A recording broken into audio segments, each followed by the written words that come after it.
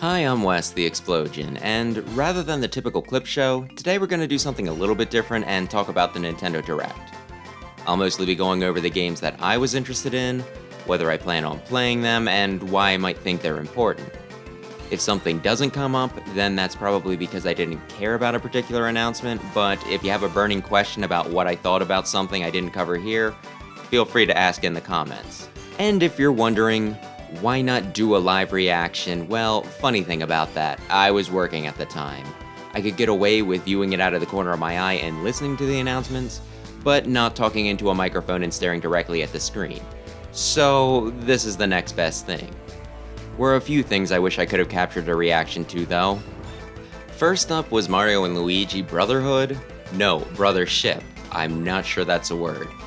And this is kind of a big deal because, like the presenter, Mr. Takahashi, mentions, it's been a while since the last time we've gotten one of these games. Not only that, but the studio behind these games, Alpha Dream, actually shut down not too long ago. Hopefully they managed to save some of the people from that company to work on this, but I could see that being a bit of a sore spot for fans of the series, especially if this doesn't live up to the previous entries. But anyway, more personal, I'll probably pick this up. Honestly, I really love Super Mario RPG and the Paper Mario games, which are kinda similar, but I wasn't as into the Mario and Luigi games. I think part of it's that I played to the end of the first game and got stomped by the final boss. Part of it might also be that I like these simple timed hits, but they can be a little more complex here. And part of it might also be that I like a customized Goomba or Bob-omb rather than Luigi as a partner. That might be blasphemous to say, but let's be honest, he's been lying about the Eternal Compass quest in Thousand Year Door. Anyway, I also have a sibling that doesn't play video games very often, but he did recently ask to borrow from me two of the previous entries in this series. The only two I had, and one of them was his originally. My point is, he likes these games, so I'll probably pick it up just for the sake of handing it off to him at some point and having something to talk about with him. We'll probably at least wait for the reviews to come in though before I fully commit. Then there was this other indie game, Mio, Memories in Orbit, that I initially confused for another title that Nintendo dropped a trailer for not too long ago, Airhead. It looks like a solid little, indie platformer, so I'm interested. I don't know if this trailer is enough to get me to pick it up right away, but if there's some good hype around it, or it's at a decent price and I'm just looking for something to play, I'll probably pick it up. There was an HD version of Donkey Kong Country Returns announced, and I mostly want to talk about it to see if anybody wants to back me up and say they feel the same way, but I love Donkey Kong Country, which is to me, Kremlins, and you having two characters that you swap between. Probably with a second player, not fighting Tikis and wearing Diddy as a jetpack and an extra health so you can tank some extra hits. Because of that, I just never really liked this one back on the Wii. And the sad thing is, I think if they would have just called it something else, Donkey Kong Bing Bong, Donkey Kong Monkey Business, Donkey Kong Tiki Trouble, I would have had an actual solid chance of enjoying it. Because of this, I've never even given Tropical Freeze a try, and I hear that one's supposed to be really good, one of the platforming greats. Anyway, much like the Tropical Freeze port, I imagine this will also be $60, and I just recently bought the Thousand Year Door remake at $60 as well, so I'm part of the problem here. Doesn't mean this couldn't be a discount title though. This gets a pass, as in I'm passing on it, not that I think it's okay. They're doing remakes of Dragon Quest III and Dragon Quest I and II in that order, and separated that way. And as a big Dragon Quest fan, I would be excited about it, except that I already have ports of these games on my Switch. Guess that just goes to show that maybe you don't release the same game multiple times on the same console, it might cannibalize your audience a bit. This one is probably the first that I got actually excited about, and I immediately perked up as soon as they said that this one was gonna take me for a ride. Yeah, you know what it was. It was Marvel vs. Capcom. They're porting over a lot of their old arcade games, and yeah, I'll probably give all of them a try. I've been interested in stuff like X-Men vs. Street Fighter, and I like beat 'em up, so I'll definitely play the Punisher. But the real gem, of course, is Marvel vs. Capcom 2. I went out of my way to get a copy of this on Xbox, even though I didn't have an Xbox, wound up playing it on my 360 instead, and the graphics kinda stuttered a bit from what I remember. But I still remember really enjoying it. There were a good number of characters, I think at least 4 of them were Mega Man because they at least respected the franchise back in the day, and yeah, it was just all around a good time. It's neat that we're getting it here, and you won't hear any complaints from me, but it still makes me wonder if we aren't due for a new entry in the series. Which will probably be horribly monetized and have at least one overpriced special edition. Maybe this is for the best. There's a new Mario Party coming, and I used to be really into these games. It was one of the few that both my sister and mother would play with us back on the N64, so we got all 3 of those games. I think my sister was the one that ended up getting Mario Party 4, and then we kinda just didn't touch it, at least not until the stupid one with the, cars, where there was also a mode you played as Bowser, but I got that specifically for the Amiibo support, and I regretted it. They've been doing a pretty good job, I think, on the Switch, though. I've enjoyed both of the previous games, and it looks like they're going pretty far with this one, too, with the different modes, the different mini-games. 20-player online? Jeez. So yeah, I'll probably pick this one up immediately, and then not be able to convince anyone to play it with me. Oh well. Now this one is one I wish I would have gotten a reaction to. It's obvious that it's Zelda. I mean, you see Link wearing like a Breath of the Wild hood, and the graphics look very similar to the Link's Awakening remake. But what surprised me was I see him going around, he's doing his thing. I'm there thinking, it seems a little early for him to be fighting Ganon. I'm sure something weird's gonna happen and, set him back to 0 and he's gonna need to go on an adventure again.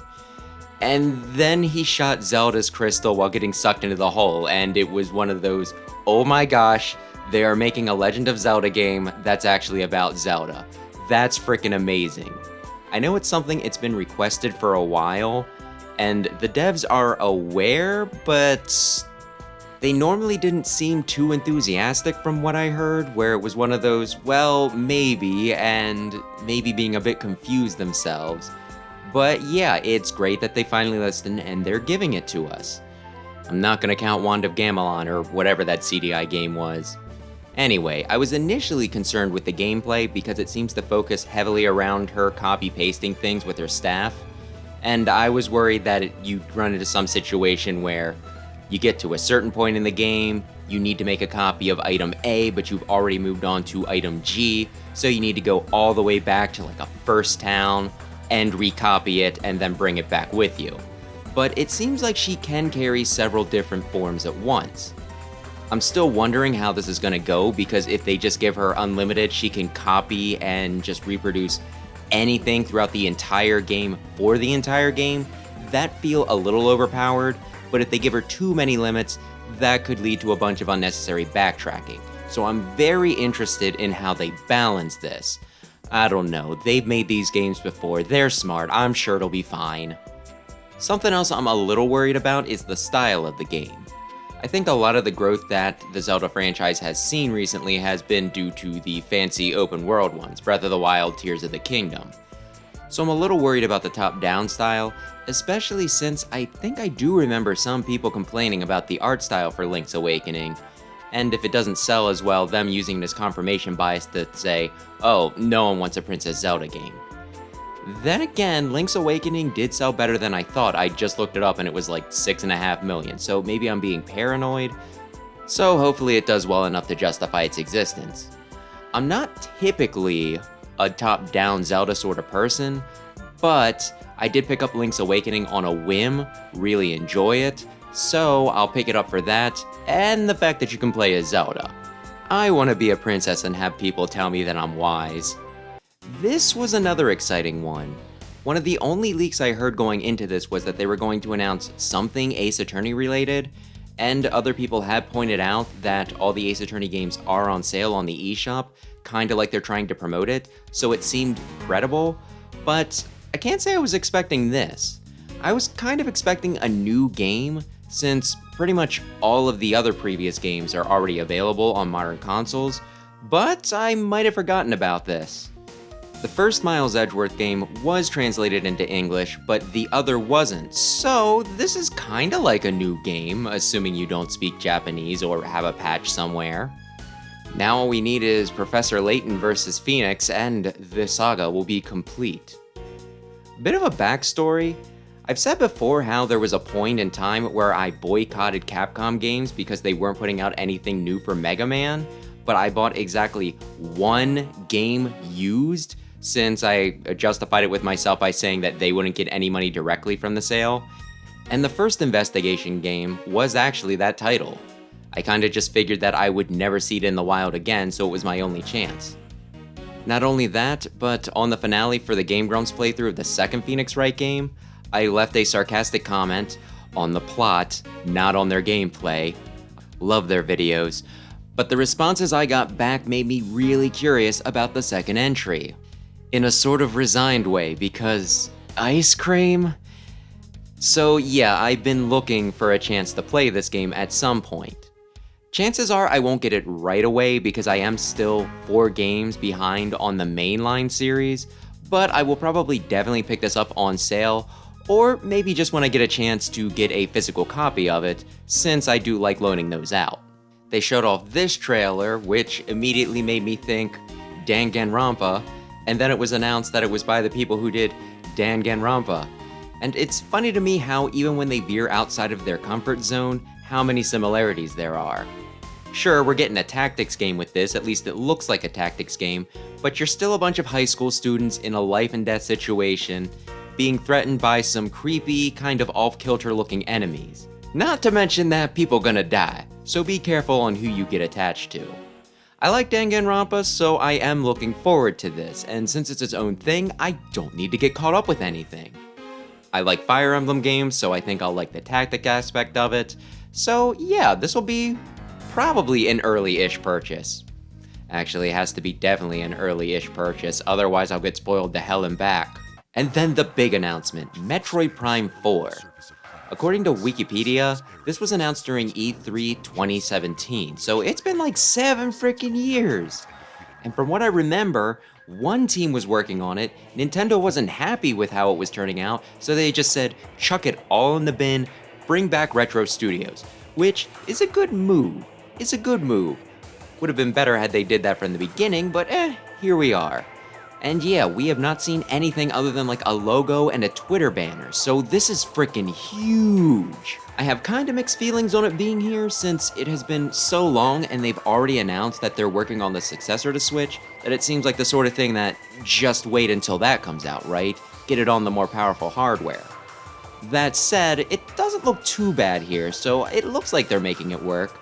Not only that, but it could very easily be that one oddball straddle title.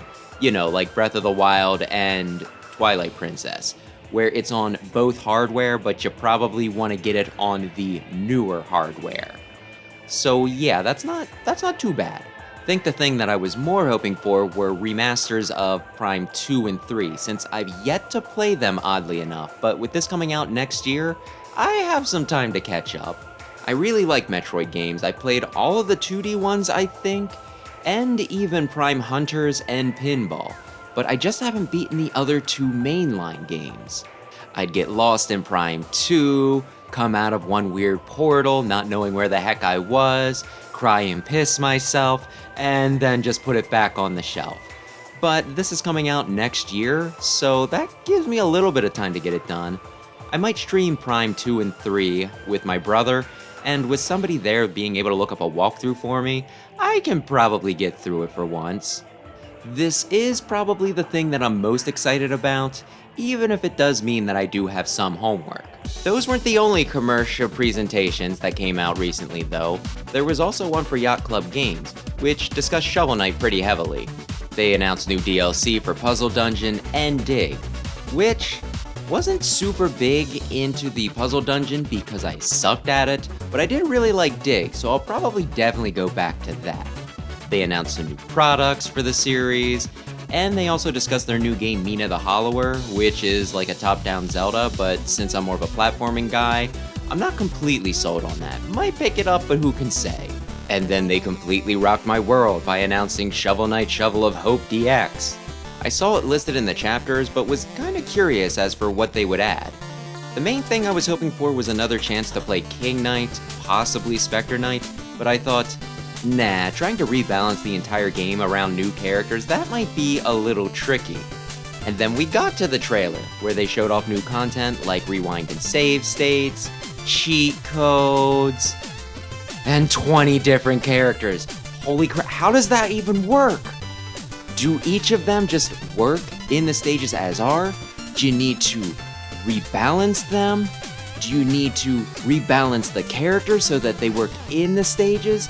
There's 2 players, so I mean, it's gotta work with that too, right? 20 characters? I am going to play this into the ground. I half expect to spend like an entire year streaming this like once a week so I can get through it with everybody. That had so much value to this. Like, this is going to, hands down, be my favorite Shovel Knight game when it comes out. I have no doubt of that. And then they're also teasing the next entry in the series proper. A lot of people, because of how they showed it off, were guessing a 3D entry, but I'm here for whatever. Hit me with it. And that's it for the Nintendo Direct and Yacht Club games. No new Mega Man stuff, but I wasn't exactly expecting it. Plus, there were 2 pretty big announcements, even if they were just collections from Capcom. Also a good bit from them from the Summer Game Fest, although I think some people made fun of them for that, but I think this was at least a little better received. At least they're doing stuff, which is probably a step in the right direction. Or it just means we're getting pushed by the wayside again, but hey, maybe I'll be a little optimistic. That leak of Tyson is really carrying me at this point. But yeah, did you watch the Direct? What are you excited for? What are you picking up? And what did I snub here? This one's a bit of an experiment to see if people like this sort of format. And hopefully at least does alright, because I was thinking about doing a similar video for the Capcom Super Elections results this Sunday. You know, a week after the fact. That'll do it for Wednesday, so thanks as always for watching, and maybe consider subscribing if you're into platforms, especially Mega Man. Please don't copyright strike me to hell and back. This is essentially a commercial of your commercials.